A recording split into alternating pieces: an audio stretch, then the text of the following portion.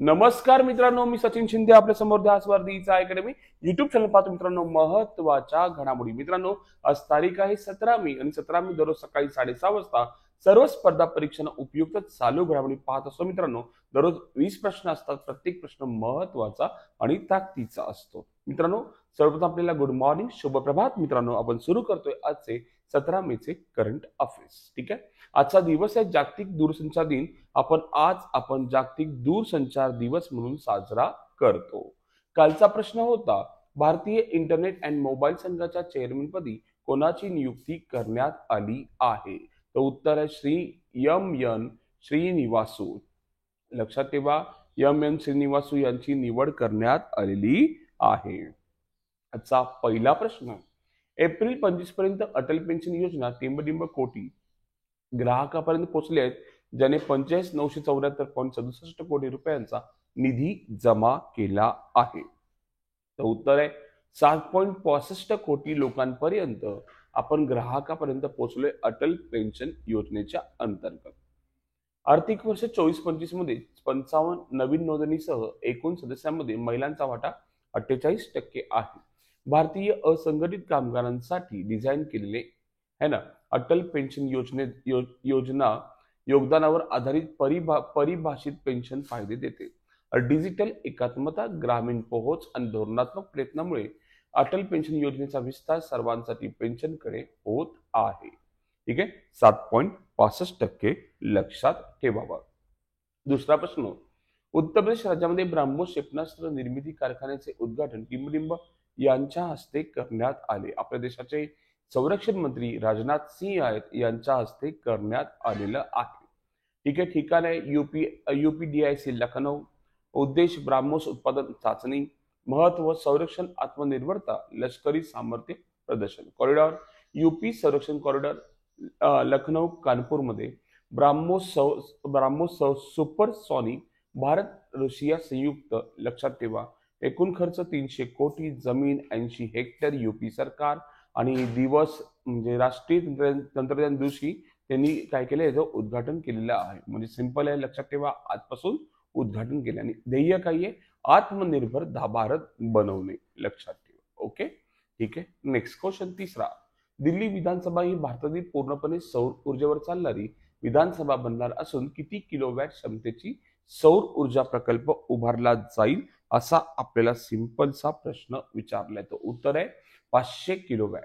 आधारशिला काय? या प्रकल्पाची आधारशिला 12 मे 25 रोजी विधानसभेचे अध्यक्ष विजेंद्र गुप्ता, दिल्लीचे उपराज्यपाल विनय कुमार सक्सेना यांनी संयुक्तपणे ठेवली. क्षमता, या प्रकल्पात 500 किलोवॅट क्षमतेचा सौर ऊर्जा प्रकल्प उभारला जाईल. वेळ, हा प्रकल्प 45 दिवसात पूर्ण करण्याचे उद्दिष्ट आहे. बचत, या प्रकल्पामुळे दरमहा 15 लाख रुपयांची बचत अपेक्षित आहे. विस्तार, हा सौर ऊर्जा प्रकल्प विधानसभा भवनाच्या 3250 चौरस फूट छतावर पसरलेला असेल. उत्पादन, या संयंत्राद्वारे दरवर्षी सुमारे 8,20,000 युनिटची वीज तयार होईल. खर्च, या प्रकल्पाचा अंदाजित खर्च 2 कोटी रुपये आहे. किती? 2 कोटी रुपये आहे याचा खर्च. हे सुद्धा आपल्याला माहित असणं आवश्यक आहे. चौथा प्रश्न, दिल्ली पोलीस टिंबटिंब नावाचा कार्यक्रम सुरू केला. ऍक्च्युअली पाहायला गेलं, दिल्लीबद्दल 2 प्रश्न आहेत. याचं उत्तर आहे नई दिशा. लक्षात ठेवा, नई दिल्ली पोलिसांनी शालेय शिक्षण सोडलेल्या मुलांना पुन्हा शिक्षण प्रणालीत आणण्यासाठी नई दिशा नावाचा कार्यक्रम सुरू केला आहे. या कार्यक्रमात पोलीस कर्मचारी मुलांच्या घरी जाऊन कुटुंबियाशी संवाद साधतात आणि शिक्षणाचे महत्व सांगतात. लक्षात ठेवा, दिल्ली पोलिसांची एक नवीन उपक्रम आहे, नई दिशा. ओके, पुढं नेक्स्ट क्वेश्चन, पाचवा, अनिता आनंद यांनी कॅनडाच्या टिंबटिंब म्हणून शपथ घेतली आहे. तर परराष्ट्र मंत्री म्हणून शपथ घेतली आहे. त्या कॅनडाच्या हिंदू महिला परराष्ट्र मंत्री आहेत. वडील तामिळनाडूचे तर आई पंजाबच्या आहेत. यापूर्वी त्यांनी सार्वजनिक सेवा मंत्रालय आणि संरक्षण मंत्रालयात यासारख्या महत्वाच्या पदावर काम केले आहे. त्यांच्यावर कॅनडा आणि भारताचे संबंध सुधारण्याची जबाबदारी आहे. अनिता आनंद यांना भगवद्गीतेवर हात ठेवून परराष्ट्र मंत्रीची शपथ घेतली आहे.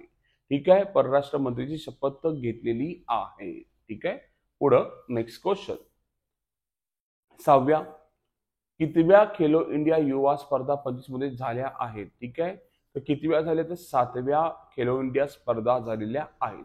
यजमान बिहार 4 मे ते 15 मे 2025 रोजी झाल्या. सहभागी भारतातील 36 राज्य केंद्रशासित प्रदेशामधील 5,000हून अधिक म्हणजे 36 राज्य आणि केंद्रशासित प्रदेशामधील 5,000हून अधिक युवा खेळाडू सहभागी झाले होते. एकूण क्रीडा प्रकार 27 क्रीडा प्रकार लक्षात ठेवा. ई स्पोर्ट्स प्रात्यक्षिक खेळ म्हणून समाविष्ट. आणि विजेता महाराष्ट्र. एकूण पदक 158 सुवर्ण, 47 रौप्य, 53 कांस्य. 2 नंबर हरियाणा 117 एकूण पदके 39 सुवर्ण, 27 रौप्य, 51 कांस्य. तिसरे स्थान राजस्थानचं आहे, एकूण पदके 60. या स्पर्धेत अनेक राष्ट्रीय युवा आणि मीट रेकॉर्ड्स बनले, ज्यात मुलींनी वेटलिफ्टिंगमध्ये 5 राष्ट्रीय युवा रेकॉर्ड्स बनवले. मित्रांनो, महाराष्ट्र पहिला, गेल्या वर्षी सुद्धा महाराष्ट्र पहिला होता. एकूण 158 पदकं घेतली आणि त्यापैकी 58 सुवर्ण आहेत, 47 रौप्य आहेत आणि 53 कांस्य पदकं आहेत. 7वा जागतिक अन्न पुरस्कार 25 कोणत्या शास्त्रज्ञास जाहीर झाला आहे? तर उत्तर आहे मारी यांगेला हंगरिया यांना जाहीर झाला आहे. काय पाहूया आपण. सूक्ष्मजीव शास्त्रज्ञ मारियागेला हंगरिया गेल्या 40 वर्षापासून जैविक बियाणे आणि माती उपचारावर संशोधन करत आहे. जागतिक अन्न पुरस्कारात जगातील अन्नाची गुणवत्ता, प्रमाण किंवा उपलब्धता सुधारून मानवी विकासात प्रगती करणाऱ्या व्यक्तीला कामगिरी मान्यता देणारा सर्वोच्च आंतरराष्ट्रीय पुरस्कार आहे.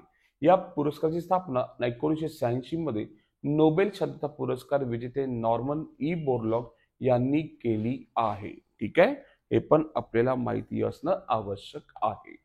8वा चर्चेत असलेले जेनू कुरुबा ही जमात सर्वात जास्त कोणत्या राज्यात आढळते? मित्रांनो, ही एक आदिवासी जमात आहे आणि आदिवासी जमाती जर आपण पाहायला गेलं तर लक्षात ठेवा की ते ज्या म्हणजे जंगलात राहतात ना, त्या जंगलात ते पुन्हा ते आता म्हणतात की आम्ही इथं राहणार. म्हणजे इन द सेन्स आपण काय म्हणतो की जे मूळचे आदिवासी लोक आहेत है ना, त्या मूळचे आदिवासी लोक आपापल्या वडिलोपार्जित म्हणजे सांस्कृतिक आणि वडिलोपार्जित पुनर्प्राप्तीच्या एका शक्तिशाली कृतीत जेनू कुरुबा कुटुंबांनी अलीकडे नागरहोल राष्ट्रीय उद्यानातील त्यांच्या पारंपरिक वनघरांना पुन्हा ताब्यात घेण्यास सुरुवात केली. म्हणजे ते म्हणतात की आम्ही नागरहोल राष्ट्रीय उद्यानात आम्ही पारंपरिक लोक आहोत, आम्ही तिथं राहतो, त्याशिवाय आम्हाला जमणार नाही. आणि म्हणून सरकारने काय केलंय, म्हणजे सगळे घर रिकामी करून त्यांना दुसरीकडे दिलं होतं. पण पुन्हा ते काय म्हणतात की आम्ही जिथे राहतो तिथं आम्ही वडिलोपार्जित जमीन आमची, आम्ही पुन्हा तिथेच राहणार. ठीक आहे, यासाठी त्यांनी सुरुवात केली आहे पुन्हा जेनू कुरुबा. तर ही जमात सर्वात जास्त ना कर्नाटक राज्यात आढळते, लक्षात ठेवा.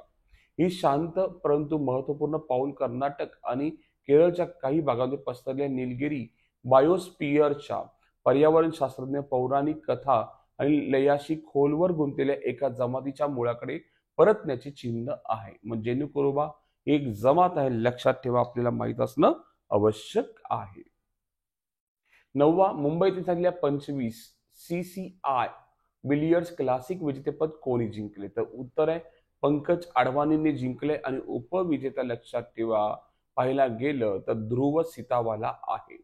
भारतातील सर्वात सन्मानित क्युइस्ट पंकज अडवाणीने cricket club of India Mumbai येथे झालेल्या 25 मध्ये CCI बिलियर्ड्स क्लासिक विजेतेपद जिंकले.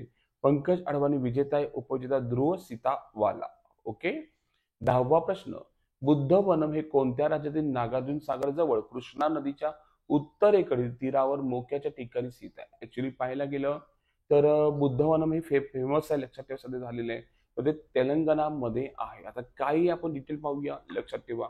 बौद्ध पौर्णिमेचे स्मरण करण्यासाठी बुद्धवनमची स्थापना केली तेलंगणा राज्यामध्ये आणि तिथेच मिस वर्ल्ड स्पर्धा सुद्धा आहेत, हे आपल्याला माहित असणं आवश्यक आहे.